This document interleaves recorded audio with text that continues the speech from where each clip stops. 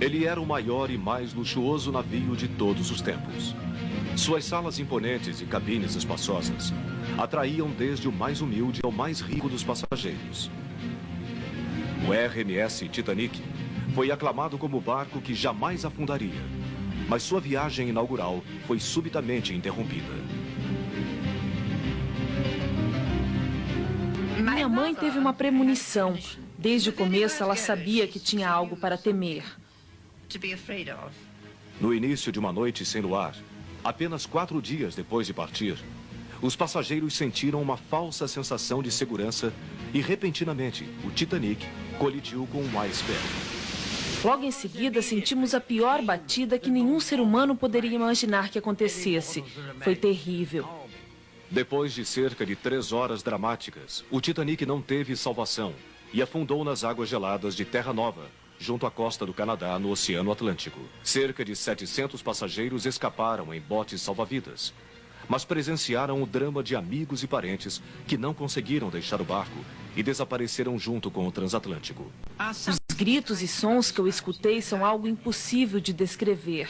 Foram os ruídos mais pavorosos que eu já ouvi. Para os sobreviventes do lendário desastre, a noite fatal de 14 de abril de 1912 ficou guardada para sempre na memória. Titanic, a tragédia contada pelos sobreviventes.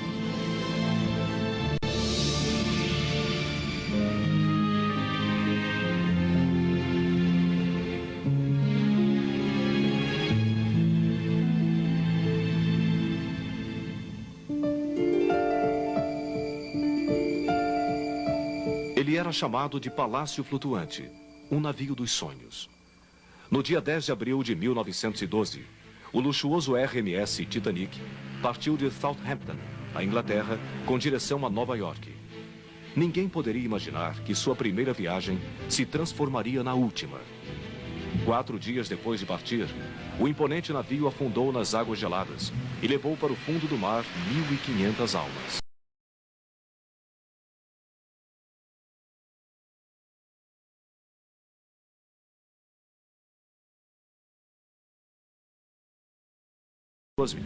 E com as dramáticas histórias contadas pelos sobreviventes. Bem, eu lembro disso o tempo todo. E este é o pior pensamento que tenho em minha mente quando lembro da imagem do navio afundando. Eu vejo como tudo aconteceu. Aqueles que estavam na parte esquerda do navio que colidiu com o iceberg foram os que entraram em pânico primeiro. Eles estavam gritando. Bem, eu tenho registrado perfeitamente em minha memória a noite do naufrágio. Eu me lembro como se tivesse acontecido ontem. Toda vez que vejo uma foto do Titanic, tenho a impressão de reviver aquele momento.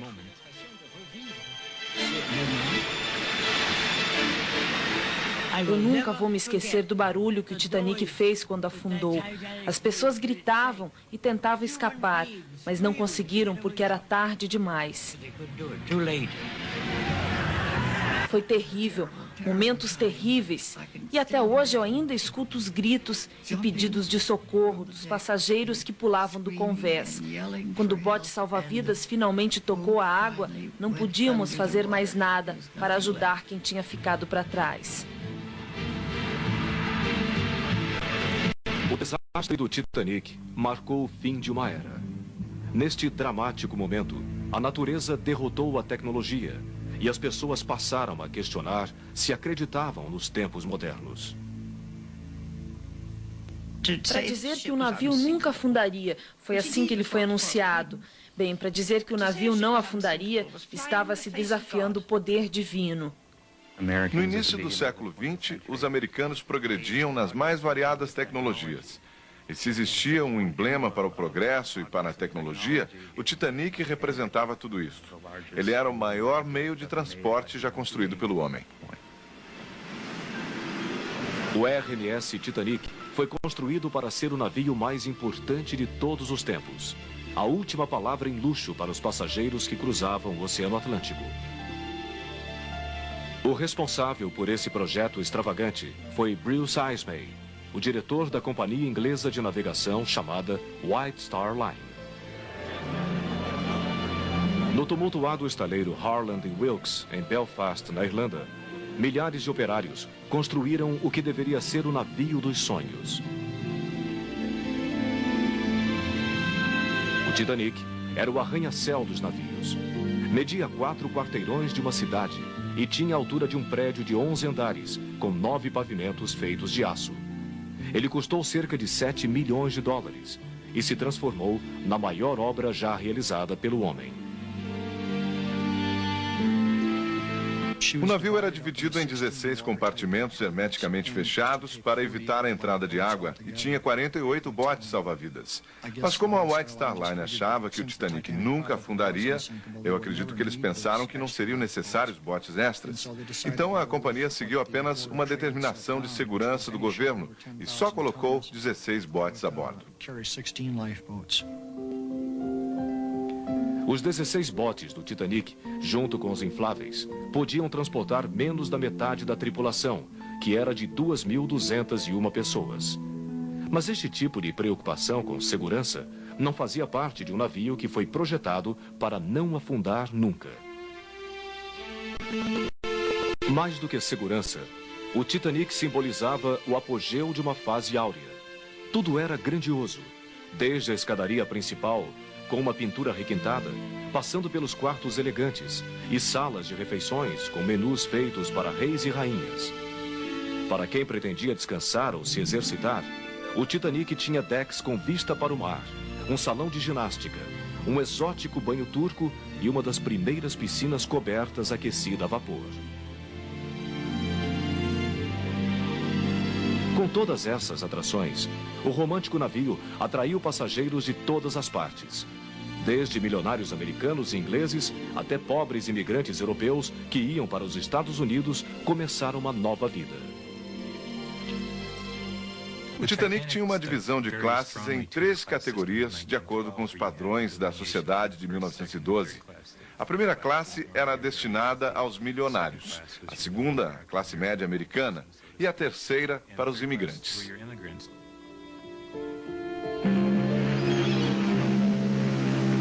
No dia 10 de abril de 1912, em Southampton, na Inglaterra, ricos e pobres embarcaram no luxuoso transatlântico para sua viagem inaugural até Nova York. No porto, parentes e amigos desejavam boa viagem, sem imaginar que muitos dos que estavam no transatlântico não seriam vistos nunca mais. Logo que o navio partiu, os passageiros da primeira classe entraram em seus luxuosos quartos. Entre eles estava John Jacob Astor, o mais rico de todos a bordo. Ele viajava ao lado de Madeline, sua jovem mulher que estava grávida. Também viajava no Titanic o playboy americano Benjamin Guggenheim, que fez fortuna com a mineração. Ida e Isidore Strauss, fundadores da Macy's, uma famosa loja de departamentos. E a milionária do Colorado, Margaret Brown, que preferia ser chamada de Molly. Entre os passageiros da segunda classe estava a garota Edith Brown, de 15 anos. Seu pai estava imigrando para Seattle, onde pretendia fazer fortuna no ramo da hotelaria. Quando nós subimos na escadaria principal, eu fiquei encantada com a sua beleza. Tudo no navio era maravilhoso.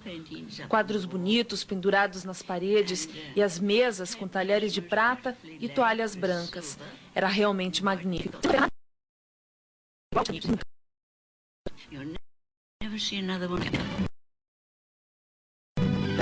I do remember it being very beautiful.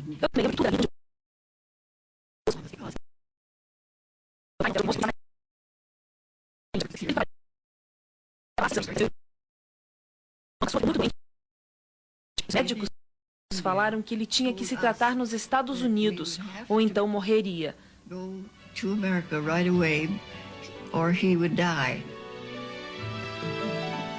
Os passageiros da terceira classe ficavam nas cabines dos andares inferiores do transatlântico, mas os quartos tinham o mesmo tamanho das acomodações de segunda classe de outros navios da época. Nós estávamos viajando no Titanic porque íamos morar na cidade de Kansas, onde meu pai pretendia abrir uma loja. Nós já tínhamos uma casa lá e achávamos que seria maravilhoso viajar no Titanic. Como éramos imigrantes, tivemos que embarcar na terceira classe. O comandante da viagem inaugural do Titanic era o capitão A.J. Smith, um veterano dos mares que trabalhava há 32 anos na companhia White Star Line. Ele estava próximo da aposentadoria e, numa irônica coincidência, este seria seu último cruzeiro. O capitão Smith era o oficial mais popular de todos os navios e tinha o melhor salário da época. Então, nada mais natural que coubesse a ele conduzir o Titanic em sua viagem inaugural. Em toda a sua carreira não tinha sofrido nenhum acidente. E talvez por isso o capitão também acreditasse que nada poderia acontecer de errado. Bruce Ismay, o diretor da White Star Line, também estava a bordo para mostrar para todos que o navio era seguro. Apesar disso, alguns passageiros eram supersticiosos e tinham medo da primeira viagem. Minha mãe teve uma premonição e nunca dormia à noite. Ela passava a noite inteira acordada e só adormecia depois do amanhecer. Eu ficava com meu pai e pensávamos como era estranho minha mãe passar o dia todo dormindo. Mas desde o início da viagem parece que ela sabia que algo de errado estava para acontecer. Mas, na maioria dos casos, os passageiros respiravam um ar de otimismo e esperança em relação à viagem e ao futuro na América. Eles acreditavam que realmente o navio nunca afundaria.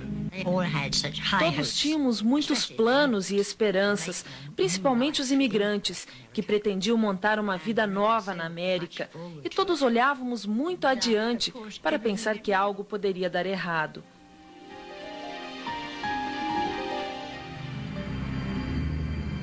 No dia 14 de abril, o Titanic ia enfrentar seu pior pesadelo. Era domingo, o dia estava claro e o mar tranquilo. Os passageiros se divertiam passeando pelas varandas do barco ou brincando na sala de jogos. Eles não podiam imaginar que corria algum tipo de perigo, pois o Titanic nunca afundaria. E num navio tão belo, ninguém pensava no perigo. Na sala de comunicações, os operadores Harold Bright e Jack Phillips se esforçavam para conseguir enviar os telegramas dos passageiros. No meio de tanto trabalho, eles não davam muita importância para os telegramas de outros navios que alertavam sobre o perigo de icebergs na região. O capitão Smith fez de tudo para evitar o acidente. Logo de manhã, quando ficou sabendo das mensagens de icebergs, ele decidiu que o Titanic deveria se afastar 10 milhas ao sul da sua rota original. Ele acreditava que seria possível contornar os icebergs e evitar um choque. Na véspera do acidente, o telégrafo do navio quebrou. Foi exatamente neste período que o capitão deixou de receber uma mensagem urgente. O Titanic navegava na direção de um imenso iceberg. Às 9h20 da noite, o capitão se retirou da sala de comando. Ele pediu para ser informado se algo de errado acontecesse. A maioria dos passageiros também já estava dormindo nas cabines. Pouco antes das 11h40, o marinheiro Frederick Fleet avistou um objeto negro à frente do navio. Imediatamente, Frederick acionou o alarme e avisou ao oficial que estava no comando. Tem um iceberg na nossa frente, toda a velocidade a leste, virar a este bordo. O primeiro oficial, William Murdoch, ordenou mudar o curso do navio e reverter as turbinas, mas era tarde demais. Às 11h40 da noite, um barulho ensurdecedor parecido com um trovão ecoou pelo navio. O Titanic tinha se chocado com um iceberg.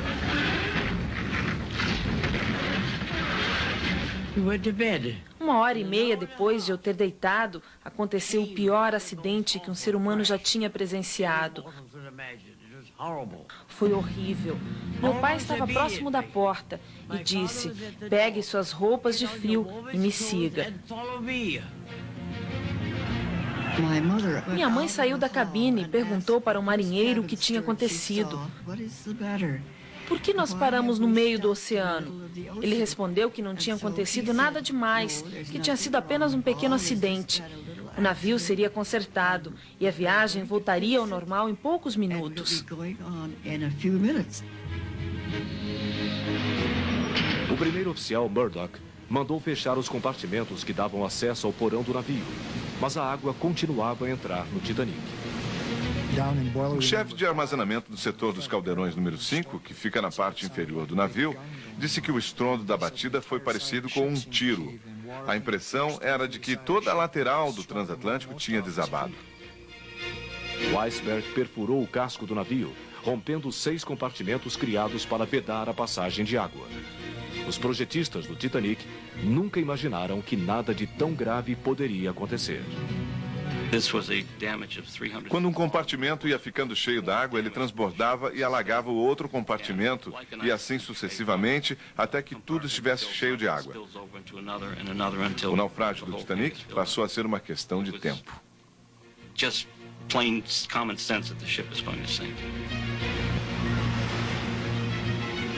Logo depois do acidente, o capitão Smith correu para a sala de comando.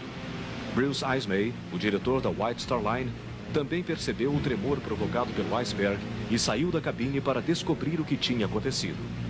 O capitão Smith perguntou para Thomas Andrews, o projetista do navio, se ele poderia dimensionar a gravidade das avarias.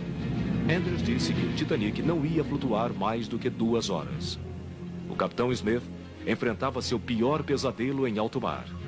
Ele sabia que o transatlântico ia afundar e que só existiam botes salva-vidas para menos da metade dos passageiros. Como não tinha outra solução, mandou a tripulação descobrir os botes. Deve ser difícil para qualquer capitão tomar essa decisão, ainda mais quando se sabe que não existem botes para todos. Em cada um deles cabiam cerca de 65 pessoas, e você tinha que colocar os passageiros nos botes e jogá-los no meio do oceano para que contassem com a própria sorte para sobreviver. O anúncio da tragédia ecoou lentamente pelo Titanic. Em nenhuma das 3 classes, nem o alarme nem a sirene do barco foram acionados. A tripulação decidiu bater na porta de cada cabine, acordar os passageiros e pedir para que eles fossem para o deck superior vestidos com os coletes salva-vidas. Muitas pessoas não sabiam por que estavam vestindo os coletes salva-vidas e não compreendiam que o navio estava afundando. Eles achavam que não estava acontecendo nada demais e que todos estariam bem na hora do café da manhã. O capitão Smith mandou que os oficiais colocassem primeiro as mulheres e as crianças nos botes. Mas muitas mulheres não concordavam em abandonar os maridos. Até hoje é extremamente assustador imaginar o desafio enfrentado pelas primeiras mulheres que entraram nos botes e foram lançadas ao mar, no meio de uma noite fria. Principalmente porque, como os maridos, elas também acreditavam que o Titanic não afundaria nunca. Eu lembro que meu pai foi ao convés para descobrir o que estava acontecendo e recebeu a notícia de que o navio tinha batido no iceberg e que era melhor acordar as crianças e levá-las para a parte superior do Titanic. E foi isso que nós fizemos. Os passageiros da 3ª classe não tinham autorização para ir ao deck. Minha mãe estava com um bebê no colo e uma criança, e por causa disso eu acho que eles deixaram nossa família subir. Nós entramos no bote de número 13 e na despedida meu pai disse que esperava nos reencontrar brevemente. Eu fui colocada numa espécie de saco, mas meu irmão se perdeu e minha mãe não pôde fazer nada por ele. Os passageiros não sabiam que não existia um bote salva-vidas para todos, e isso não passava pela cabeça de ninguém. À 00:15, os operadores do telégrafo começaram a enviar mensagens de socorro. Meia hora depois, surgiu uma esperança. A tripulação do Titanic avistou um ponto luminoso partindo de um navio distante. O oficial Jos Boxall disparou vários foguetes sinalizadores de socorro.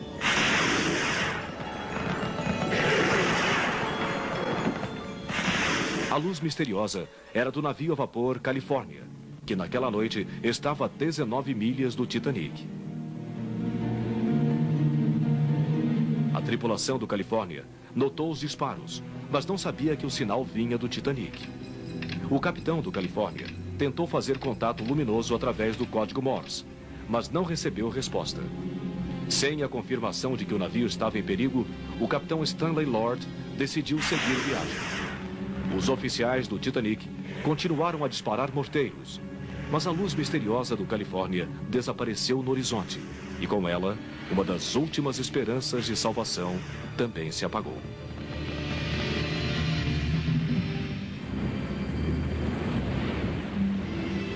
A tragédia do Titanic não aconteceu em apenas 10 ou 20 minutos.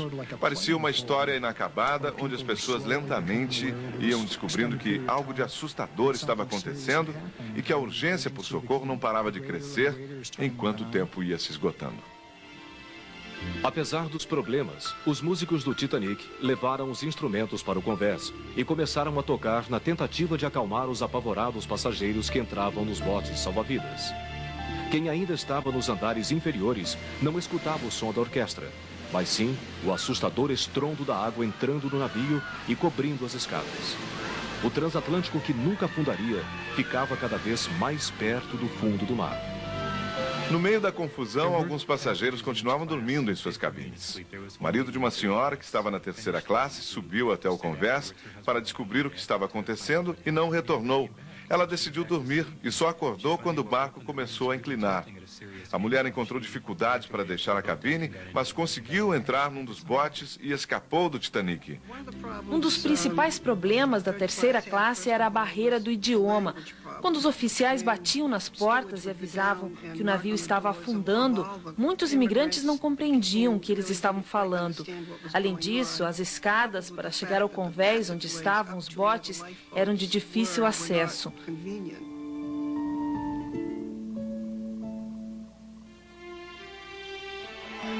O barulho nas escadas era ensurdecedor. As pessoas corriam por todos os lados.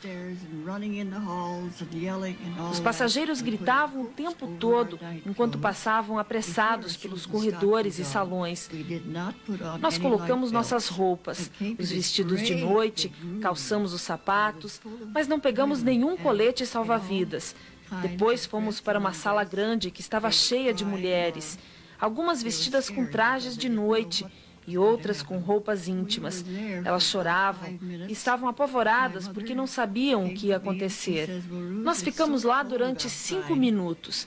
Minha mãe disse para mim: Ruth, lá fora está muito frio. Volte à cabine e pegue 3 cobertores para aquecer seu irmão caçula, que tem 2 anos, e sua irmã, que tem 4. Quando Ruth chegou na sala trazendo os cobertores, descobriu que sua família tinha partido num dos botes. Antes de deixar o navio, a mãe da menina implorou para que a filha fosse colocada no próximo bote. Então eu esperei. É claro que eu fiquei um pouco assustada. Eu estava nervosa porque nunca tinha imaginado que eu poderia morrer afogada. De qualquer maneira, me controlei e pedi para entrar no outro bote. O oficial do navio disse que sim. Me pegou no colo e me colocou na embarcação. O passageiro da segunda classe, Michel Navratil, tinha abandonado a mulher e os amigos e fugia no Titanic com seus 2 filhos. Ele pretendia começar uma vida nova na América. Logo depois que o navio se chocou com o iceberg, Michel levou os 2 meninos para um dos botes.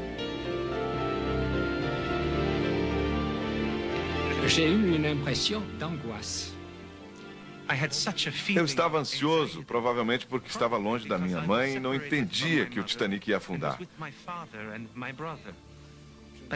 Meu pai me colocou no bote e ainda lembro do momento em que soltaram as cordas e do barulho do pequeno barco batendo na água e das ondas do mar.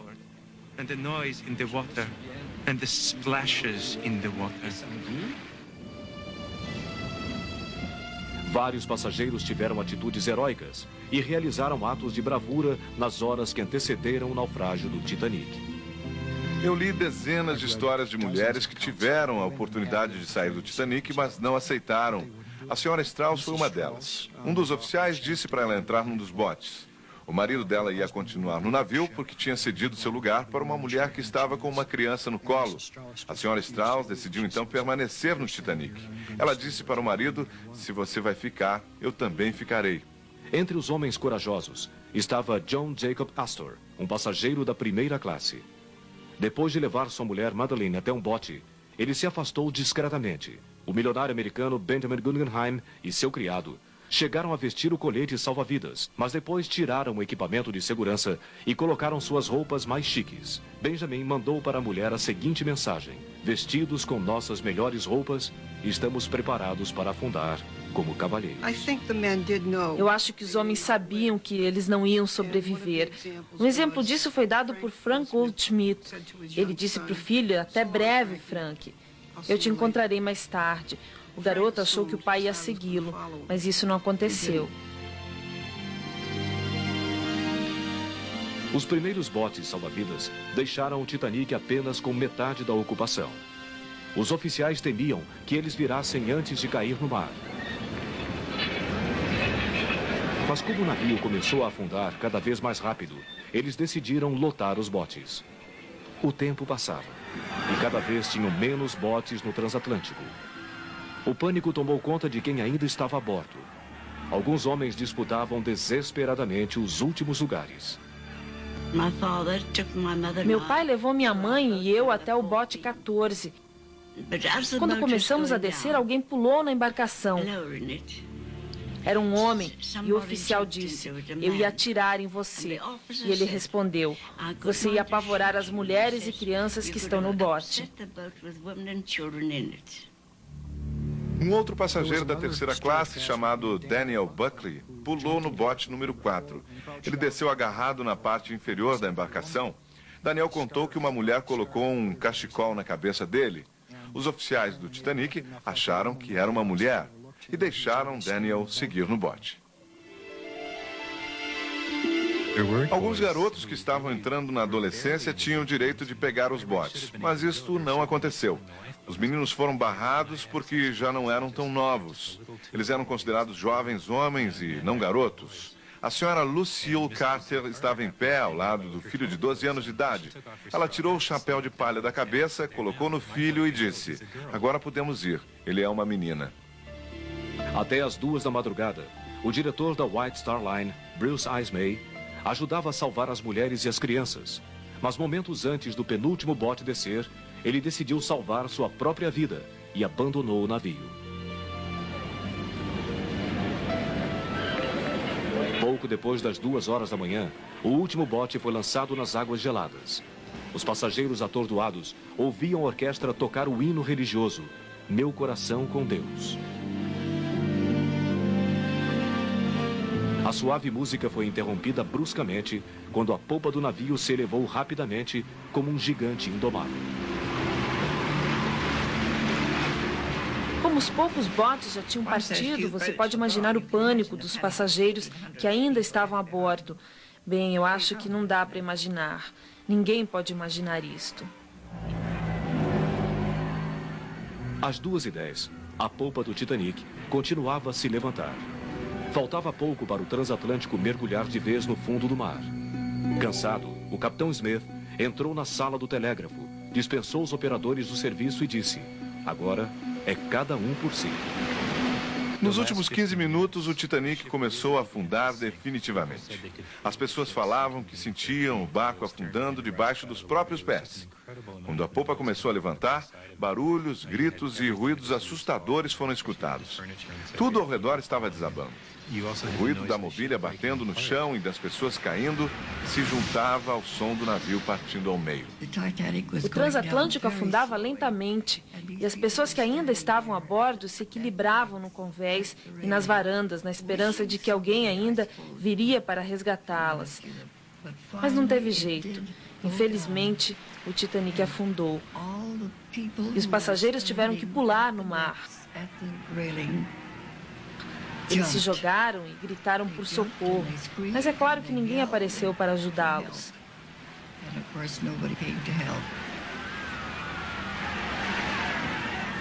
Eu nunca vou me esquecer do barulho horrível que o navio fez quando afundou. Pessoas gritando e o ruído do mar foi terrível.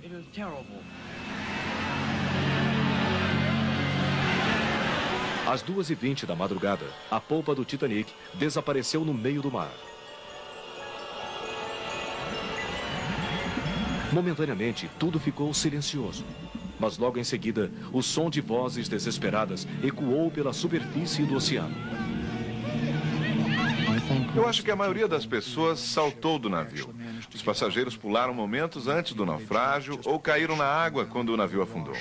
Quase todos os 500 desaparecidos ficaram flutuando depois que o transatlântico mergulhou no oceano. Nós remamos o mais rápido possível, porque as pessoas que estavam gritando por socorro queriam entrar em nosso bote. 65 ou 70 passageiros já estavam a bordo e não cabia mais ninguém. A maioria dos passageiros que estavam nos botes não queria voltar para ajudar quem estava desamparado nadando no meio do mar de águas geladas. Mas no bote número 14, o oficial Harold Lowe resgatou 3 pessoas que quase morreram afogadas. O oficial Lau remava na direção de um grito distante, mas antes de alcançar esta pessoa, o grito parava. Ele não podia localizar onde estava a vítima e acabava escutando um outro grito que vinha de outra direção. O barulho das pessoas afogando é algo impossível de descrever. Foi o som mais apavorante que eu já escutei em toda a minha vida. Depois dos ruídos veio um silêncio profundo.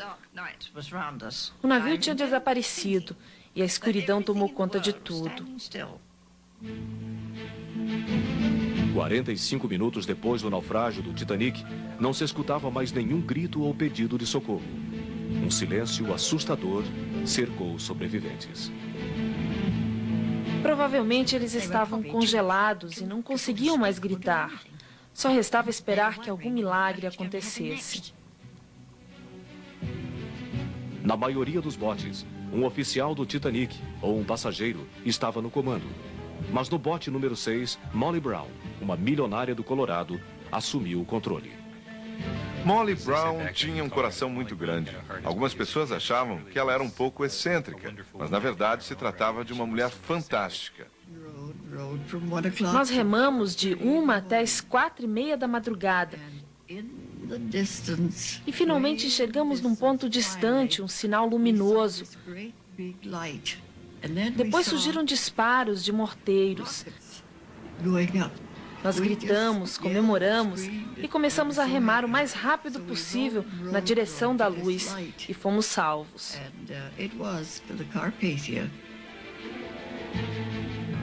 O navio Carpathia, que era comandado pelo capitão Arthur Rostron, procurava pelo Titanic desde a noite anterior, quando recebeu o pedido de socorro do transatlântico. Às 4 horas da madrugada de segunda-feira, o Carpathia resgatou 705 sobreviventes do Titanic. Logo que subi no Carpathia, um dos passageiros do Titanic estava esperando por mim ao lado do meu irmão e da minha mãe. É claro que quando eu vi meu irmão, eu fiquei muito aliviada.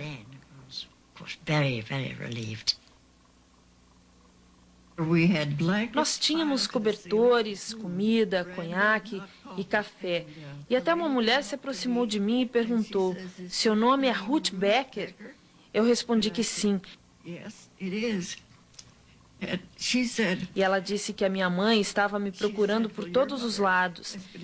Finalmente eu me reencontrei com meu irmão, a minha irmã e minha mãe. Todos estavam bem. Depois de recolher os passageiros que estavam nos botes, o Carpathia decidiu retornar ao local do naufrágio para procurar por algum sobrevivente que ainda estivesse nadando. Mas a tripulação encontrou apenas um corpo flutuando. Quando o Carpathia nos salvou, todas as mulheres correram para as varandas do navio para procurar pelos maridos nos outros botes. Mas eles nunca apareceram.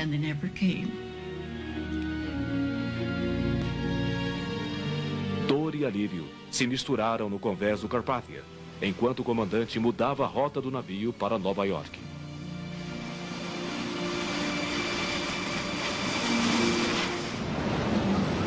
A notícia do naufrágio do Titanic chegou rapidamente aos Estados Unidos e à Europa. Em Nova York, parentes e amigos dos passageiros foram para a porta da companhia White Star Line. Eles estavam desesperados e queriam saber informações sobre os sobreviventes. No dia 18 de abril, o Carpathia chegou ao porto de Nova York. Mais de 40 mil pessoas aguardavam ansiosas pelo desembarque dos passageiros do Titanic. As pessoas se aglomeravam à beira do cais. Além dos parentes e amigos, centenas de jornalistas tentavam falar com os sobreviventes. Enquanto o navio atracava, alguns pularam dentro do Carpathia e outros gritavam o tempo todo. Apenas quem tinha algum amigo ou parente em Nova York podia desembarcar. Meu pai estava na Índia e um amigo nosso enviou um telegrama para ele informando que nossa família estava salva. Meu pai ainda não sabia o que tinha acontecido e achou que nós tínhamos escapado de um acidente de trem.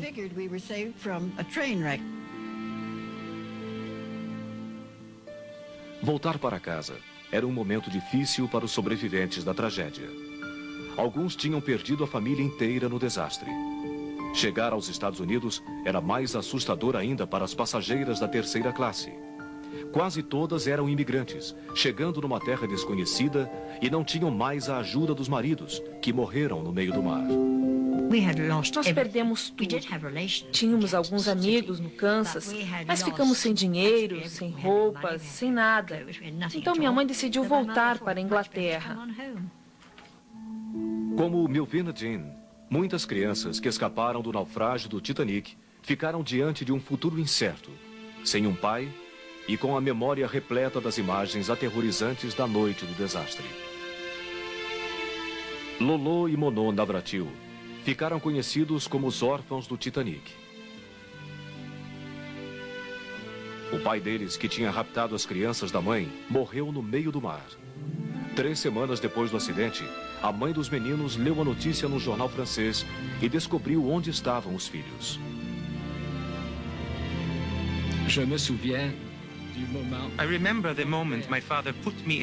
Eu lembro do momento em que meu pai me colocou no bote.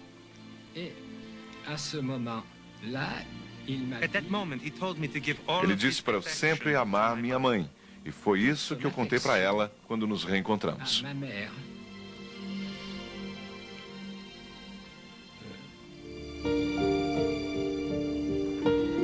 Diante de tantas vítimas, os governos americano e britânico decidiram abrir um inquérito para apontar o culpado pelo naufrágio. O capitão Smith, que morreu no acidente, foi considerado inocente. O diretor da White Star, Bruce Ismay, também foi absolvido, mas teve que enfrentar as acusações da imprensa. Os jornalistas não perdoaram o fato dele ter escapado do navio, enquanto mulheres e crianças ainda estavam a bordo. O comandante do barco Califórnia também recebeu várias críticas, porque não atendeu o pedido de socorro quando viu os disparos dos morteiros de alerta. Eu acho que não se pode culpar apenas uma pessoa pelo desastre do Titanic e por todas as mortes. Uma série de fatores contribuíram para a tragédia. Se o Titanic tivesse um número suficiente de botes salva-vidas, certamente ninguém teria morrido, porque teria tempo para salvar toda a tripulação. O contraste dos mais de 1.200 mortos contra os 700 sobreviventes chocou o mundo. Ainda mais quando se descobriu que foram resgatados mais homens da primeira classe do que crianças da terceira.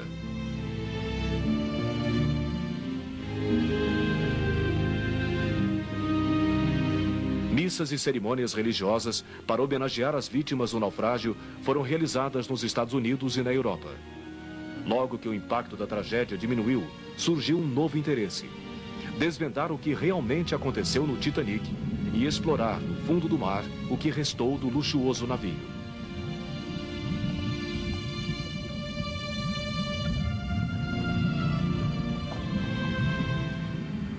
Em setembro de 1985, mais de 73 anos depois do naufrágio, finalmente uma equipe de cientistas conseguiu chegar ao Titanic.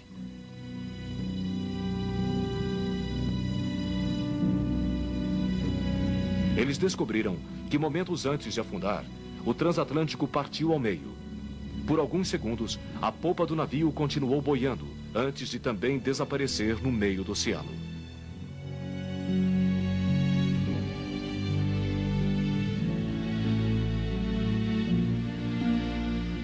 Os cientistas começaram um trabalho de resgate para tentar recuperar o que sobrou do navio, e chegou a se cogitar a hipótese de içar o Titanic.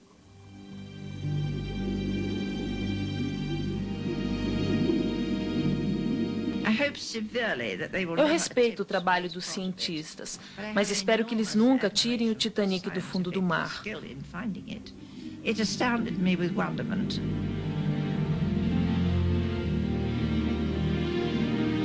I don't mind the underwater explanation of all Eu the acho que eles Titanic. estão completamente errados. O Titanic deve ficar onde está, no fundo do mar. I think it should stay where it is, at the bottom of the sea, as a grave.